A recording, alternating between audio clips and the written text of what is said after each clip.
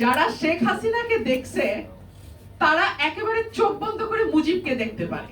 আইয়ুব তো মুজিবের তুলনায় ফেরেশতা ছিল। হাসিনা এবং মুজিবকে আলাদা করা খুব কঠিন। ৩০০ আসনের মধ্যে কটাই বা তারা পেতেন, সেটুকু পর্যন্ত শেখ মুজিবের হজম হয় নাই, লজ্জাও হয় না।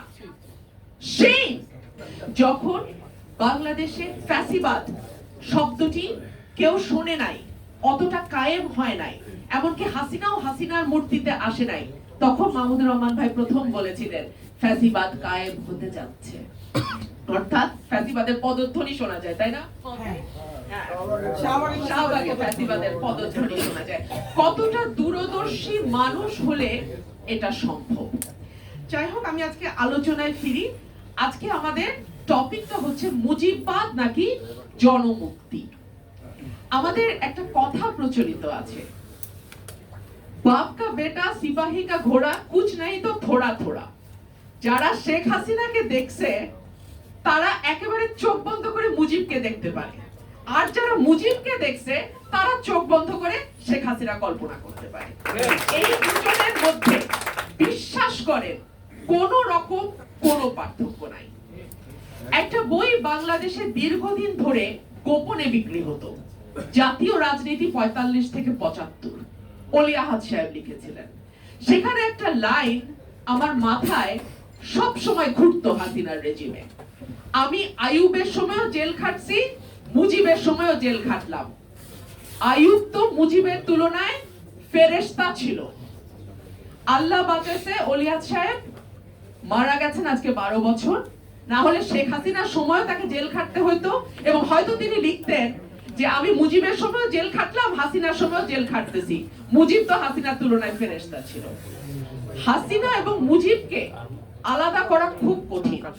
মুজিববাদ কথাটি প্রথম নিয়ে আসে তোফায়েল আহমেদ ১৯৭২ সালে ১৭ ফেব্রুয়ারি। তার মতে মুজিববাদ সমাজতন্ত্র, গণতন্ত্র, ধর্মনিরপেক্ষতা এবং জাতীয়তাবাদ নিয়ে একটা নতুন ধরনের মতবাদ। এবং সেই সময় তিনি বলতে দ্বিধা করেন নাই যে আব্রাহাম লিঙ্কন তিনি আমেরিকাকে গণতন্ত্র দিয়েছেন, কিন্তু তিনি সমাজতন্ত্র দিতে পারেন নাই। আবার তিনি কার্ল মার্কসের কথা বলেছেন, কার্ল মার্কস সমাজতন্ত্র দিয়েছে কিন্তু গণতন্ত্র দিতে পারে নাই। শেখ মুজিব নাকি গণতন্ত্র এবং সমাজতন্ত্রের একটা অদ্ভুত রূপ বা একটা সাকসেসফুল রূপ শেখ মুজিব বাংলাদেশকে দিতে পারবে, এবং সে কারণেই তিনি বলেছিলেন মুজিববাদ হচ্ছে তৃতীয় মতবাদ। এবং এটার একটা চর্চা সেই সময় শুরু হয়েছিল, এবং সেই চর্চার কি পরিণতি সেটা আমি বলবো। কিন্তু তার আগে বলি, শেখ মুজিবের শাসনামল আমি দেখি নাই, কিন্তু তার একটা কি বলবো, তার রোশানলে পড়া একটি পরিবারে আমার জন্ম। আমার বাবাকে শেখ মুজিব ৭২ থেকে ৭৫ হেন কোন রকম নির্যাতন নাই যেটা আমার বাবা এবং আমার চাচাদের উপর করা হয় নাই। আজকে আপনারা যেটা দেখেন না হাসিনার, ওইটা কিছুটা পলিশড ভার্সন মনে হবে, কিন্তু শেখ মুজিব হচ্ছেন সেই ব্যক্তি যিনি বাংলাদেশের স্বাধীনতার পর মুজিববাদের নামে ঠিক এগুলোই কায়েম করেছিলেন। ফর এক্সাম্পল, ৭৩-এ বাংলাদেশের প্রথম নির্বাচন হয়। সেই নির্বাচনে আওয়ামী লীগের বাইরে খুব বেশি প্রার্থী ছিল না, কয়েকজন ছিল জাসদের প্রার্থী, অলি আহাদ ছিলেন ইন্ডিপেন্ডেন্ট ক্যান্ডিডেট, এবং তারা জিতলে কটাই বা জিততে পারতেন, ৩০০ আসনের মধ্যে কটাই বা তারা পেতেন, সেটুকু পর্যন্ত শেখ মুজিবের হজম হয় নাই।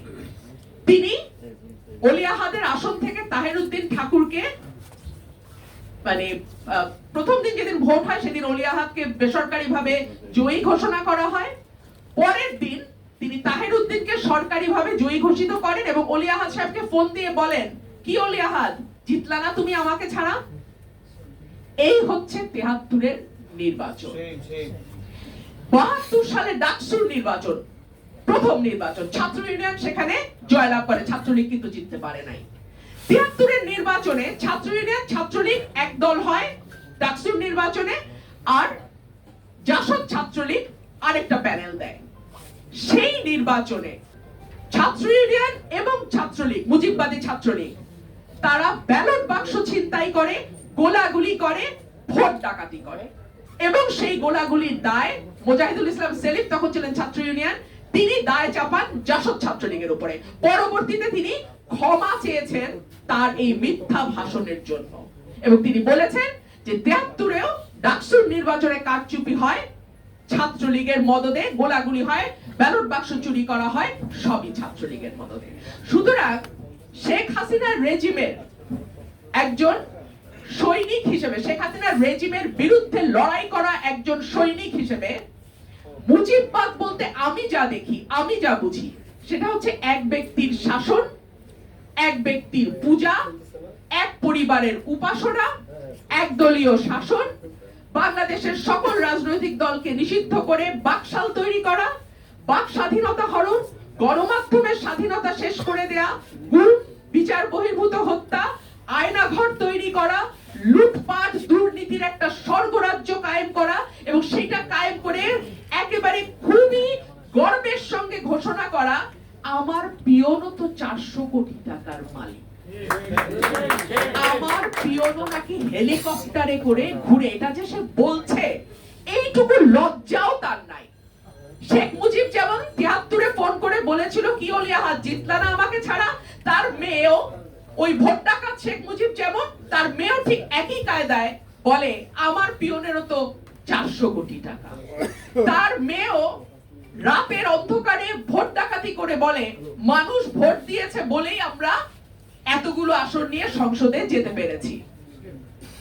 বাংলাদেশের বিচার ব্যবস্থাকে শেখ মুজিব যেমন ধ্বংস করেছিল, সকল ক্ষমতা রাষ্ট্রপতির হাতে, বিচারক অপসারণের সকল ক্ষমতা রাষ্ট্রপতির হাতে নিয়ে গিয়ে একইভাবে শেখ হাসিনাকে আমরা দেখেছি বিচার বিভাগকে কিভাবে লেলিয়ে দিয়ে, আমি একেবারে ইন্টেনশনালি শব্দটি ব্যবহার করছি, বিচার বিভাগকে লেলিয়ে দিয়ে বিরোধী মত, ভিন্ন মত, বিরোধী দল, ভিন্ন দলের মানুষদের জীবন নাভিশ্বাস তুলে দেয়া এবং নিজের লোকজনের যে কোনো অপকর্মকে জায়েজ করা।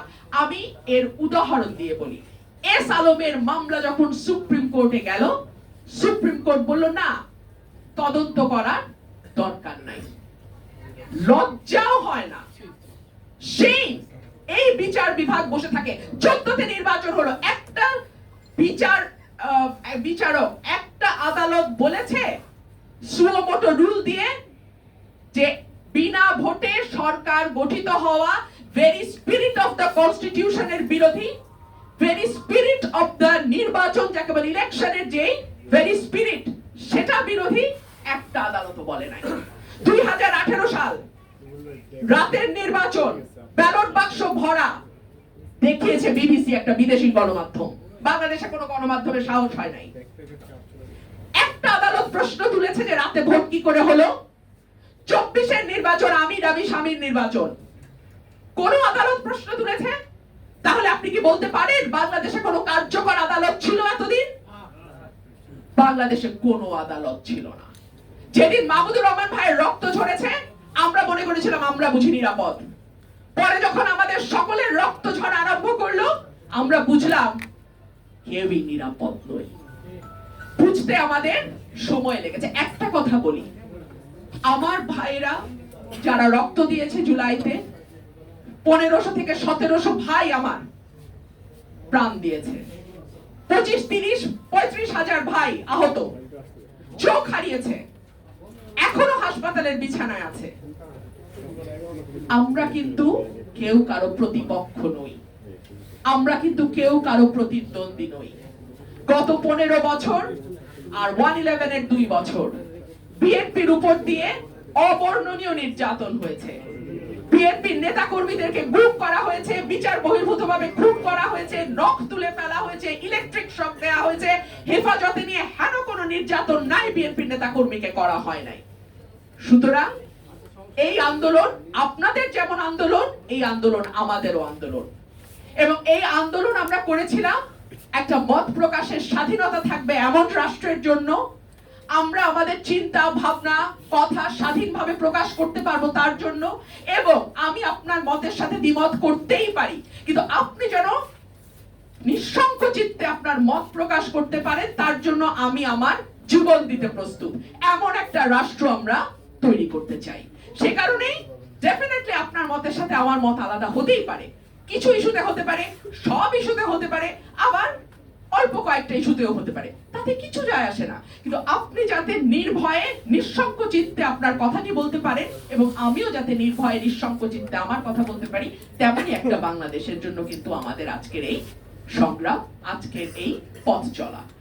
সংবাদ, ফিচার ও অনুষ্ঠানের জন্য ভিজিট করুন সংবাদ প্রকাশের ওয়েবসাইট এবং যুক্ত থাকুন ফেসবুক পেজ ও ইউটিউব চ্যানেলের সঙ্গে।